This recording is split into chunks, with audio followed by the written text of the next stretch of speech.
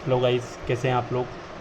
तो आज से हमने कोशिश की है कि जो कॉम्पिटिटिव एग्ज़ाम्स की बच्चे तैयारी कर रहे हैं, चाहे वो बैंकिंग की हो, एसएससी की हो, या 11-12 के बाद आप किसी अच्छे इंस्टीट्यूशन में एडमिशन के लिए तैयारी कर रहे हो, तो हम सोच रहे हैं कि आपकी हेल्प के लिए क्वांटिटेटिव एप्टीट्यूड के जो जो क्वेश्चंस होते हैं, जो भी आपको टफ़ लगते हैं या आपको समझ नहीं आते हैं, तो हमने अपने इंस्टाग्राम और टेलीग्राम चैनल के लिंक अपने डिस्क्रिप्शन में प्रोवाइड की है। आप वहाँ पे कोई भी क्वेश्चन अगर हमें पोस्ट करेंगे तो हम कोशिश करेंगे कि जल्दी से जल्दी आपका जो क्वेश्चन है उसे सॉल्व कर कर वहाँ पर अपलोड करें। तो उसमें एक बच्चे का आया हुआ सवाल है, तो इससे आज शुरुआत करते हैं हम अपनी सीरीज़ की।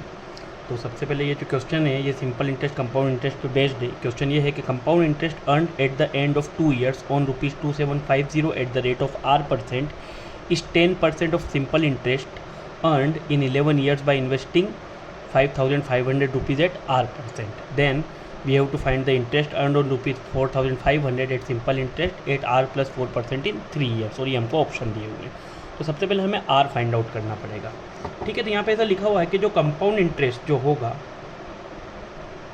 तो कंपाउंड इंटरेस्ट अर्न होगा वो 10% होगा simple interest, 10% of simple interest, ऐसा हमें बोला हुआ है। ठीक है, तो अकॉर्डिंग टू डाटा अगर मैं कंपाउंड इंटरेस्ट की बात करूँ तो कंपाउंड इंटरेस्ट का फॉर्मूला होता है P into 1 plus R/100 raise to the power n minus 1। ठीक है, 10%, तो 10% को हम ऐसे लिख सकते हैं। और सिंपल इंटरेस्ट का फॉर्मूला होता है principal into rate into time upon 100। तो P से आपका प्रिंसिपल होता है, R से रेट होता है, T से टाइम। यहाँ पे P और R तो आपको समझ आ रहा होगा, N का मतलब यहाँ पे भी टाइम होता है। ठीक है, तो this is the formula for compound interest and this is the formula for simple interest. Clear है? तो चलिए सवाल में सबसे पहले देखते हैं। Compound interest earn at the end of 2 years, मतलब जो कंपाउंड इंटरेस्ट में टाइम है वो 2 years से ऑन ₹2750। मतलब यहाँ पे जो प्रिंसिपल की वैल्यू है वो है 2750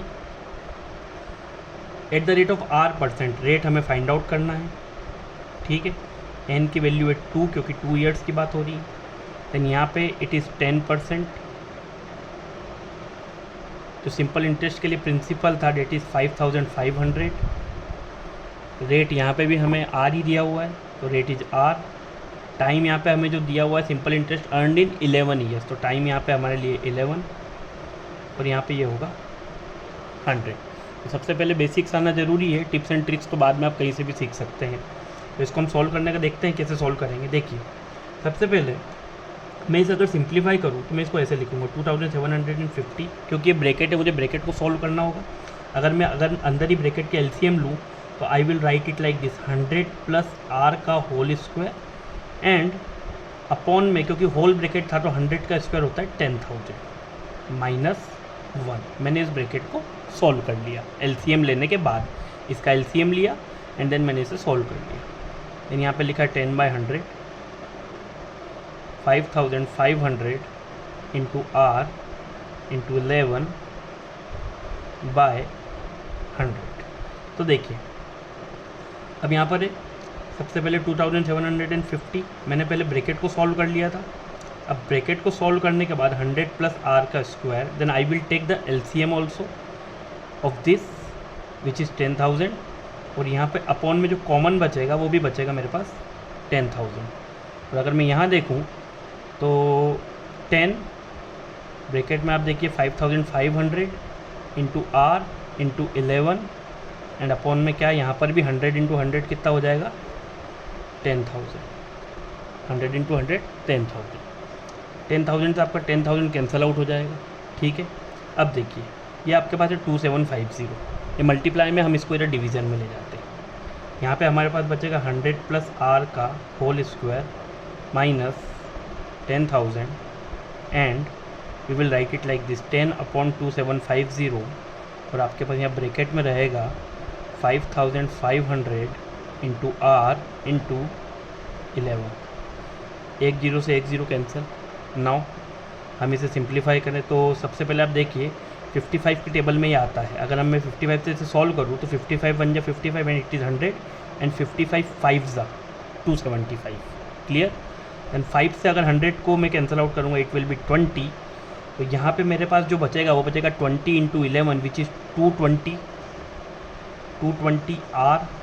और जो मेरे पास LHS में था, अगर मैं इसका a प्लस बी का होल स्क्वायर ब्रैकेट खोल दूँ, it will be a square plus b square plus 2ab। तो इस ब्रैकेट को सोल्व करने पे ये आएगा, और माइनस में है 10,000 से आपका 10,000 कैंसिल आउट हो जाएगा। अब यहाँ पर आपके पास क्या है बेटा, यहाँ पे आपके पास है आर स्क्वायर, 200 r इधर जाके माइनस का हो जाएगा, इट विल बी 20 r।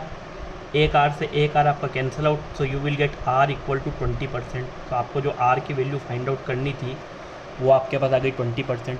पर हमारा सवाल यही नहीं था, हमें सवाल में क्या फाइंड आउट करना है, हमें सवाल में फाइंड आउट करना है find the interest earned on ₹4,500 at simple interest at r plus 4% in 3 years. तो आर की वैल्यू हमारी आ गई है 20।